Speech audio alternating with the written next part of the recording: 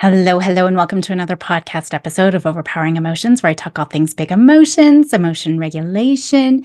Today, I am readdressing a topic that I have talked about previously, but it's one of the most important things that we need to address if it's hanging around. And it's a huge crippler of resilience and a huge contributor to anxiety. And it's the number one thing that we need to address if it really is there. And that's perfectionism. We are human. Mistakes are inevitable, especially when we're kids, especially when we're learning. I make mistakes all the time. I'm learning all the time, and I'm making mistakes all the time, trying new things when we're pushing our limits, getting out of our comfort zone, right? All of those things are really important. But when we have a kiddo or an adult who's perfectionistic, those mistakes can feel like it's the end of the universe. And so a lot of times these perfectionists, consciously or not, they're, setting these really high, excessively high standards for themselves. And a lot of times there's striving, I'm having a problem with my words today. They're striving for this flawlessness, right? And so it could be driven by fear of failure. It could be driven by fear of disappointing others, or just this rigidity that I have to have it perfect. I mean, there's so many driving forces behind it. And it could be expectations for themselves. It could be expectations for other people as well. Now, that striving for excellence, that's great, right? It can be adaptive. It sounds really good, and it can be a positive motivator. But we know that perfectionism can really turn maladaptive and harmful, which leads to anxiety and self-doubt and a whole range of other, mental health challenges and behavioral challenges. It really hinders development because they're never willing to stretch out of their comfort zone, right? I got to stay where I know for sure I'm going to do things perfectly, but then they're never going to learn and grow, because out of that comfort zone, we learn from our mistakes and we grow. We all know this, right? It's just being able to, how do we get there? But I want to unpack this a little bit more so we can really understand the difference between healthy striving and that unhealthy perfectionism that keeps kids sort of stuck, so that, we can help kids be successful and still use the healthy part of the perfectionism without compromising their well-being, because that's what's happening otherwise. So like I said, in its adaptive form, that perfectionism, it can really motivate kids to set high goals for themselves, setting that bar so that they do work hard, so that they strive to be able to achieve and excel. And when we look at, I always love coming back to Maslow's hierarchy. That comes back to Maslow's idea that striving to reach one's sort of maximal potential, right? That self-actualization. I mean, it's a key aspect of human development to get to that place. And so when kids are feeling challenged and they want to persevere and they want to achieve, they see themselves as capable. And we know it's our resilient kids who see themselves as capable, that I can handle it. I can meet that demand. Yes, it's challenging. I'm not maybe sure exactly how I'm going to get there, but I'm going to figure it out, right? I'm going to meet this demand, whatever challenge I'm facing, and I'm going to figure it out. Okay, so that's our resilient kiddos. It starts to get unhealthy when kids start to experience a lot of that self-doubt, that fear, whatever the fear is of making mistakes. And they have an excessive focus on control and predictability. And I need things a certain way to be able to achieve best perfect outcome. So these kiddos often live in that constant state of anxiety about not meeting their own or others' expectations. And when I say others' expectations, sometimes they really are high expectations that other people put on them, but oftentimes it's their own perception of what they think other people's expectations are, not necessarily real expectations. We know that this perfectionism can really begin to manifest even in early childhood, right? So even in elementary, we can start seeing that. And oftentimes I see this big correlation where kids are intrinsically motivated. They want to learn, they're making mistakes, all of these things until grade 3. We actually see a huge drop in that intrinsic motivation and learning and growing. What's the difference? We start focusing on grades, right? And so by the time they hit that grade 3 or 4, we definitely start to see some of those signs of perfectionism. And what can that look like? Well, it can look like excessive worry about making mistakes. Obviously, they could be overly critical of themselves. They could be avoiding things. If I don't know for sure that I can do it, I'm not going to do it at all. Right. And then that's really hard because the more they're avoiding, they're not going to build the skills to build competency and confidence. And so then it just fuels this vicious cycle.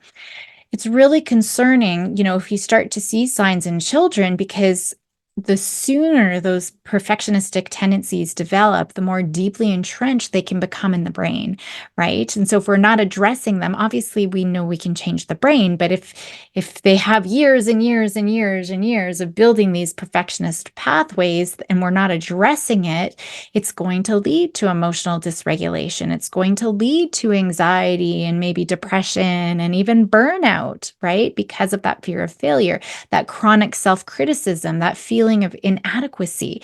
And so we see that their self-esteem really becomes affected, and that affects their identity and, how everything, their self-efficacy, because they're constantly feeling like they're not meeting whatever those standards are, that they have for themselves. And over time, that's where we see a lot of rigid sort of personality traits that are really resistant to change. And it just becomes more and more ingrained, these pathways. So the stress and the anxiety associated with perfectionism, that can also lead to things like physical health issues, right? It can lead to sleep disturbances, headaches, other sort of stress-related ailments that kids experience and adults experience. And then that perfectionism creeps out into other areas too, like our relationships, especially if they start putting unrealistic expectations on other people, right? And maybe creating a distance from themselves if they knew the real me, right? So there's that, I don't want you to see my vulnerability because I need to be perfect, for example, or they're scared of making a mistake. And so they're just not really engaging. And it's really hard because when they're disrupting relationships, whether they're being overly critical and high expectations of others, or maybe you creating a wall and creating some distance, that can lead to feelings of isolation and frustration and disappointment. And it just starts compounding the problem. And then they feel like nobody understands me, and it's just fueling that isolation. And so we see it disrupting, physical health, mental health, relationships, but also academic performance or work performance as they get, into the workforce, especially if they're avoiding challenging tasks. Or maybe they're starting to procrastinate out of fear of not being perfect. For me, though, like I would say I am a bit of a perfectionist, and I think I need to learn to procrastinate more, because sometimes people will overwork themselves to the point of burnout. And that's maybe what I do. I give myself um, the full 2 weeks, but then I'm like going over it and over it and over it, not sleeping because it needs to be perfect. Maybe I just need to start leaving things to the last minute. But for the people who do procrastinate, right, and that's a problem for fear of, it not being perfect and not starting at all, that creates a lot of stress too. And so I see a lot of that either or, like they're working and working and working and working and working to burnout, or procrastinate, procrastinate, procrastinate. And then that's just compounding all these other stresses. And I see that a lot, by the time they're in high school, which is a problem. So we really should start watching out for those signs of perfectionism. I already, talked about some of them, like the self-criticism, for example, and avoiding things that even they perceive as difficult, even if you know that they can do it, if they think it's going to be too hard. Maybe they're over preparing things, spending too much, maybe organizing their desk before they actually even get started. I mean, if they're showing a fear of making mistakes, that could be part of it. It could be the procrastination for fear of, making mistakes or failure. Being overly sensitive to feedback or any perceived sort of criticism. So it's looking at all of those sort of cues. Now, if you know me, we have to be effective communicators. We have to validate their experience because, like I said, oftentimes they feel so misunderstood. Nobody understands them, right? And then they hold on to that perfectionism even stronger. So we need to make sure that we're validating those feelings to make sure they feel heard. They feel understand. We cannot be telling them it's not a big deal.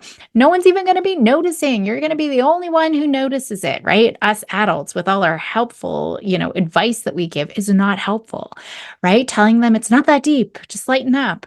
right? Or coming in with our big, growth mindset journal, right? The importance of making mistakes. None of that is helpful. Yes, it might all be true. And maybe we're even talking about their strengths. Look, you've got a 95. It doesn't even matter if you fail this test because it's only going to bring your score down to a 93, like, or whatever it is, right? Or it's preseason. It doesn't even matter how you perform right now on the ice. None of that's going to be helpful, especially if we haven't validated their perspective, right? So, yes, there are things that I've just said that are still important. We're going to reinforce the idea of mistakes are important, but we're not going to talk about it in the moment, try to shove it down their throat, right?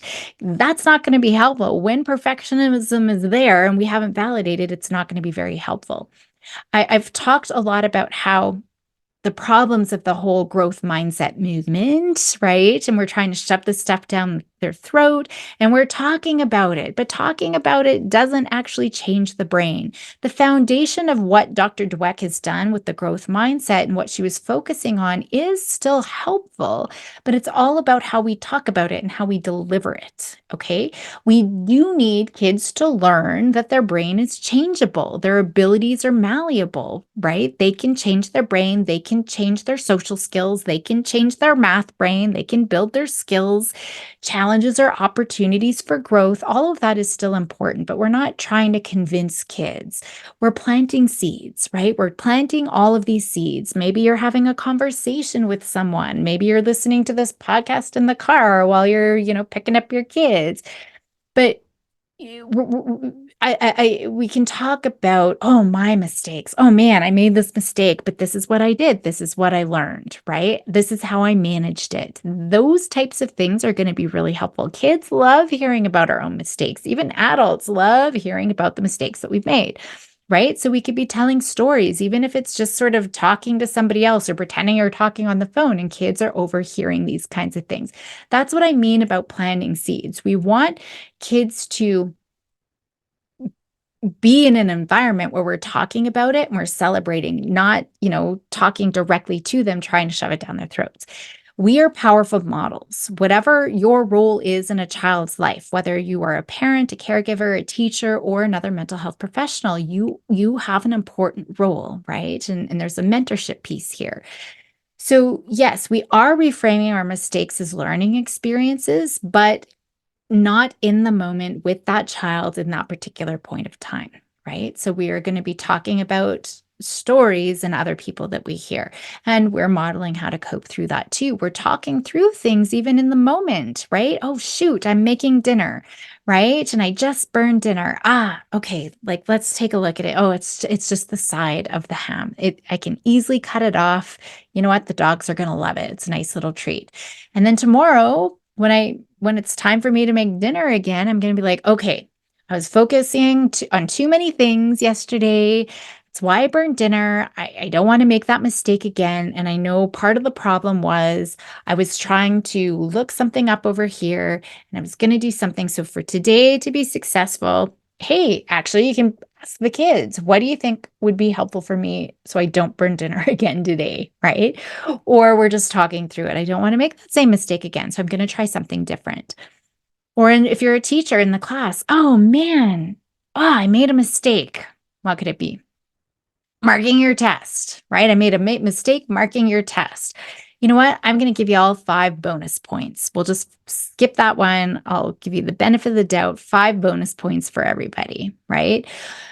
Yay, yes, that mistake really pays off for them. Or maybe it's just, okay, I need 20 minutes to fix this. Why don't you can go out and play outside? Or maybe it's inside, you can watch a movie or something like that. Yes, we're reinforcing that a mistake could be a good thing, right? And so maybe we're finding other ways to just show them, like, I make mistakes and this is what I'm going to do to fix it. And hey, maybe it's even beneficial for you.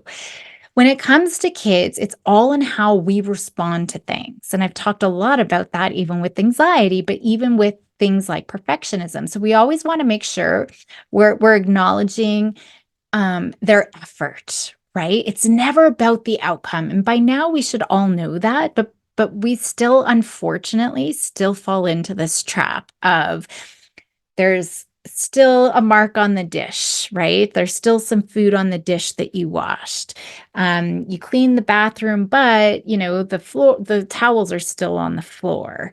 Um, you didn't get that A on your test. You didn't get a goal in hockey, right? We're focusing on the outcome all the time. And when we're focusing so much on that outcome, we're never showing them the journey, and it's the journey that's important and the effort, right? So we got to switch, not how proud we are of them getting an A or shooting that goal or getting their bathroom perfectly clean or whatever it is. I mean, we can start shaping and building towards things like, picking up the towels off the floor, but it's not about the outcome, because otherwise that's what's reinforcing this perfectionism. And worse, we're creating conditions on our love, right? We're not going to be proud of you until you reach this outcome that they might not actually even have the capacity to reach. And so that's why we're going to focus on the effort or the thoughtfulness of something that they did, right? Or how much they're thinking, in assessments. When I do a lot of educational assessments to see, learning, or if there's ADHD or things like that. The standardized tests, we cannot ever reinforce whether or not, they got the correct answer. I cannot reinforce and praise a correct answer. And so I kind of love that model, but I can talk about, wow, I can see how much you're thinking, right? You are thinking so much about this. I love how much thought you're putting into this. Let's go take a break. And so I'm reinforcing that sort of thoughtfulness in the effort. So we want to make sure we're focusing on that. The other piece of this is setting up an environment where we're celebrating mistakes. And I talk about this all the time. If you've seen me talk live in person, I'm always talking about celebrating mistakes, learning from our mistakes.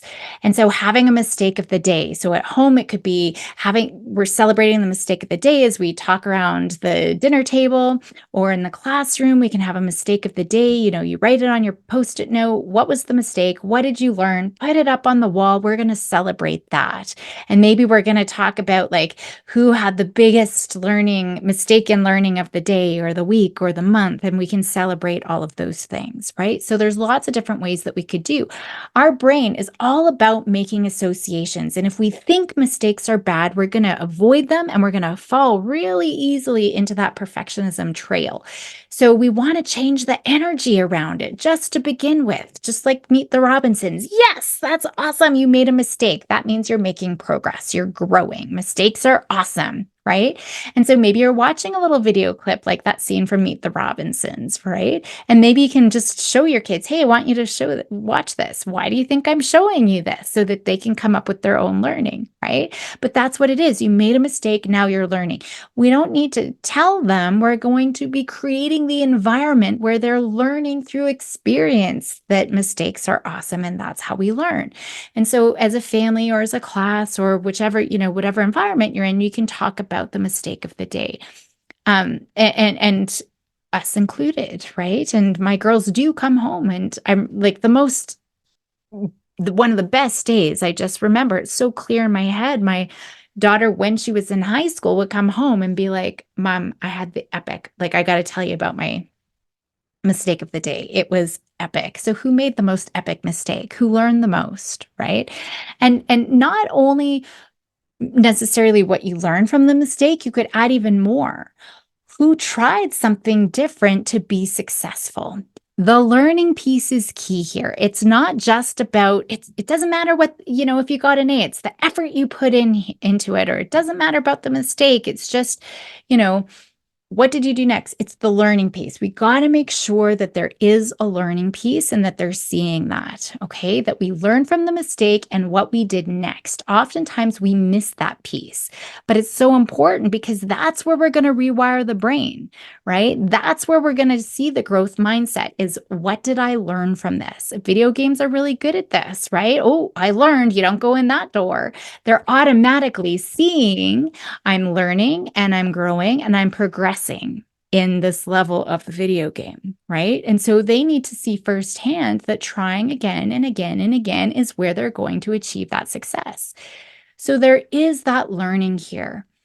So that's a key piece we got to make sure is happening. But to get there, When we make mistake, a big piece of it, and I would actually say probably the most important piece is I made a mistake. What's next? Right? If you're learning to ride a bike and you fall off the bike, what's next? I stand back up. What's next? I pick up my bike. What's next? I swing my leg back over that bike and I sit down on it. What's next? Right? I start pedaling. So it's what's next, what's next. And so I love teaching about this contextual versus procedural thinking. So the contextual thinking, that's what keeps us stuck in that perfectionism and that anxiety versus procedural thinking, which is really helpful in managing that perfectionism. So we can take a look at this. If we start with the contextual thinking, I mean, that fuels perfectionism. Contextual thinking, it's a cognitive style that focuses on the broad context, the outcomes, right? The end result, the perfect result.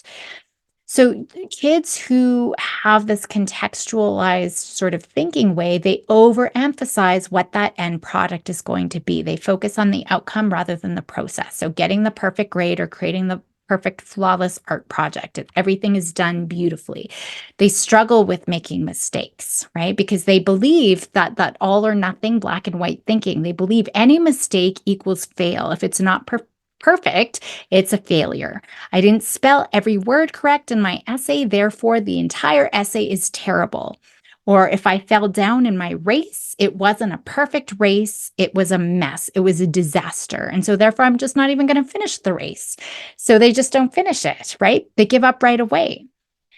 The contextual thinkers often seek a lot of approval and validation from other people to make sure they're doing okay, to make sure they're on the right track. They're not enjoying the process and they're worried about that final outcome to make sure it's going to be perfect. They're worrying excessively about how other people are going to judge them or their work or their performance or whatever else.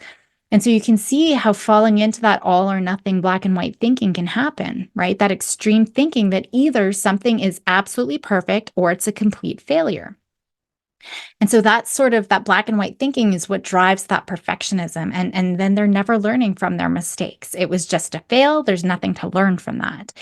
So that contextual thinking really trapped those perfectionists in a cycle of fear and self-doubt and that procrastination because the focus is always on achieving the ideal rather than on the steps to get there. Okay. And I find fall into this contextual thinking, even just in day-to-day life, right? Oh, I slept in, I don't have a full hour to go to the gym. Therefore, it can't be a perfect workout. If I don't have an hour, it doesn't count as a workout. So therefore, I'm not going to do it. Right. And that's example of contextual thinking. Or even my life will be better when I find the ideal mate, or when I get a raise, when I get the promotion, when my grass is green, right? Whatever that is, we have that contextualized sort of thinking.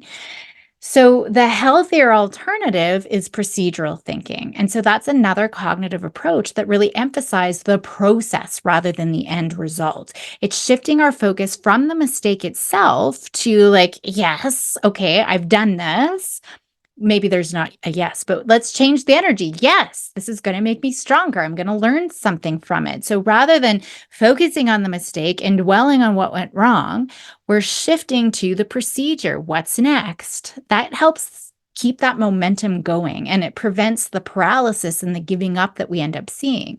And so they see tasks in their component steps. They know even if I made a mistake at this step, even if in my race I fall down, there's something next that I can do. I can stand up and I can start running again, right? They need to know what's the next step. It's not about worrying about the end result. And everyone's laughing at me and there was a huge gasp, right? That I fell down. I have a race to finish, right? I don't know where I'm going to place in that race, but this is my job. So how do I need to get there? I'm going to stand up. What's next? I'm going to start running. What's next? Right? And now what? Now what? Now what? So there we got to go. And I usually have actually a great clip. I'll see if I can find or you can look up Heather Dorniden race. And I think that that's a great one. I often always show it because it is a woman who falls down in a very important race and everyone does. You can just feel everyone's like, oh my gosh, but she gets up. What's next? I start running. What's next? Right? A contextual thinker would have walked right off because it wasn't a perfect race.